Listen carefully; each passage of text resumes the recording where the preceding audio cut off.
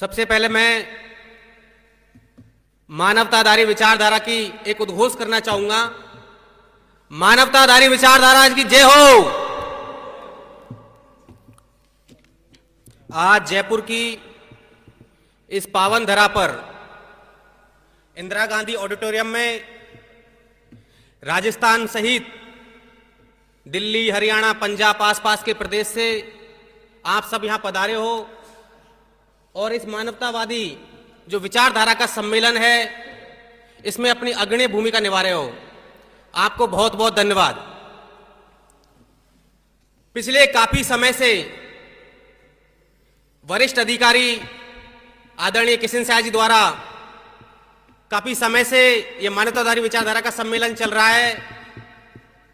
हर साल राजस्थान सहित आसपास के प्रदेश से यहां पे वक्ता आते हैं, अपनी अपनी बातें रखते हैं। जिस तरीके से भागवत गीता को श्री कृष्ण ने, सिख धर्म को गुरु नानक ने जिस तरीके से आगे बढ़ाया, आज करोड़ों लोग उनके अनुयायी हैं। इस तरीके से आने वाले समय में राजस्थान की 8 करोड़ सहित देश के 140 करोड़ में यह मैसेज जाएगा कि जिस शख्स ने इसको आगे बढ़ाया, और भी देश में काफी शख्स हैं जो इस विचारधारा पे काम कर रहे हैं।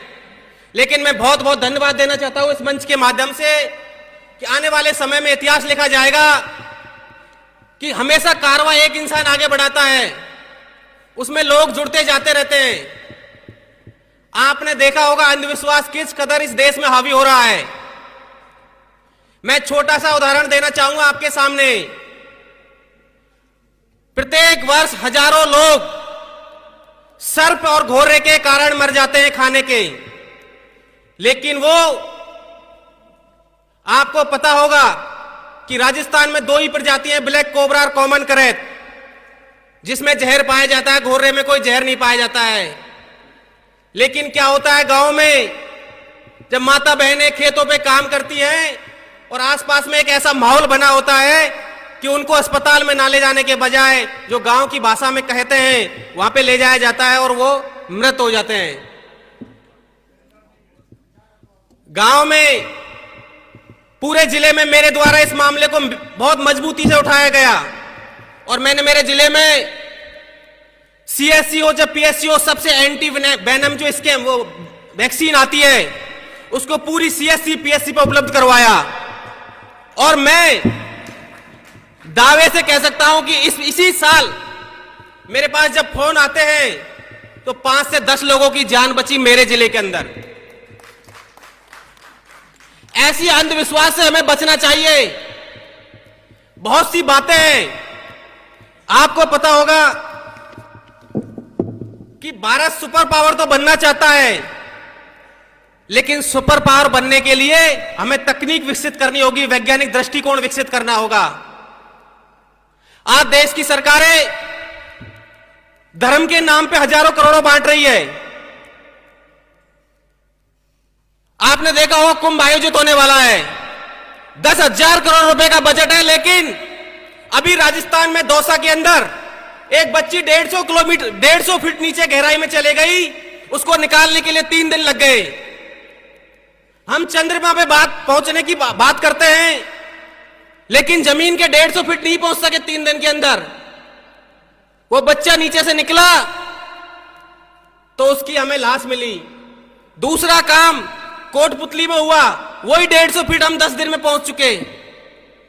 बड़े दुर्भाग्य की बात है, हमें वैज्ञानिक दृष्टिकोण को मजबूत करना होगा। हम जैसे युवा साथी जब गांव में धार्मिक प्रोग्राम होते हैं उनका विरोध करते हैं तो हमें बहुत ज्यादा समस्याएं आती हैं। हमें अपने पिता से भी लड़ना पड़ता है, हमें पटेलों से भी लड़ना पड़ता है, हमारी माता बहनों से भी लड़ना पड़ता है।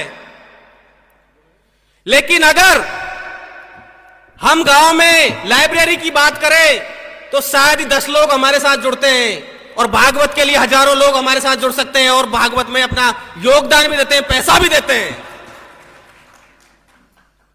इन सब चीजों से हमें मुक्ति पानी होगी।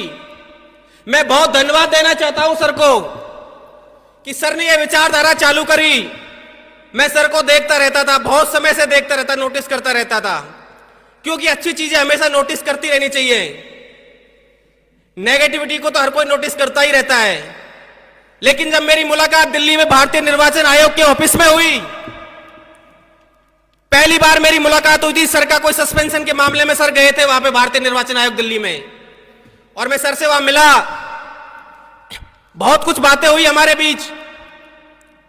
और आज सर की ये चाहत, बिना कोई इन्विटेशन, आप कभी यह मत सोचना अच्छी चीजों के लिए कोई इन्विटेशन की जरूरत नहीं होती है।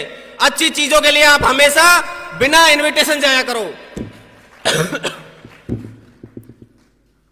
आने वाले समय में राजस्थान नहीं, आसपास भी और भी सम्मेलन आयोजित करेंगे, जिससे हमारी आवाज हर गांव गुरबे में बुलंद हो सके और लोग पाखंडवाद, जो जाति विहीन, नस्ल भेद, इन सब चीजों से मुक्ति मिल सके। सर का एक इंटरव्यू था, उस इंटरव्यू को मैंने पढ़ा कि भारत में अगर दिव्य शक्ति इतनी है तो मुगलों ने कैसे राज कर लिया, उनकी ज्यादा हो सकती है? ऐसा कुछ नहीं था। अंग्रेजों ने कैसे राज कर लिया? क्योंकि उनके पास तकनीकी थी। हमारे पास तकनीकी का अभाव है। हमारी सरकारें तकनीकी पर बजट नहीं देती है, अंधविश्वास पे बजट देती है।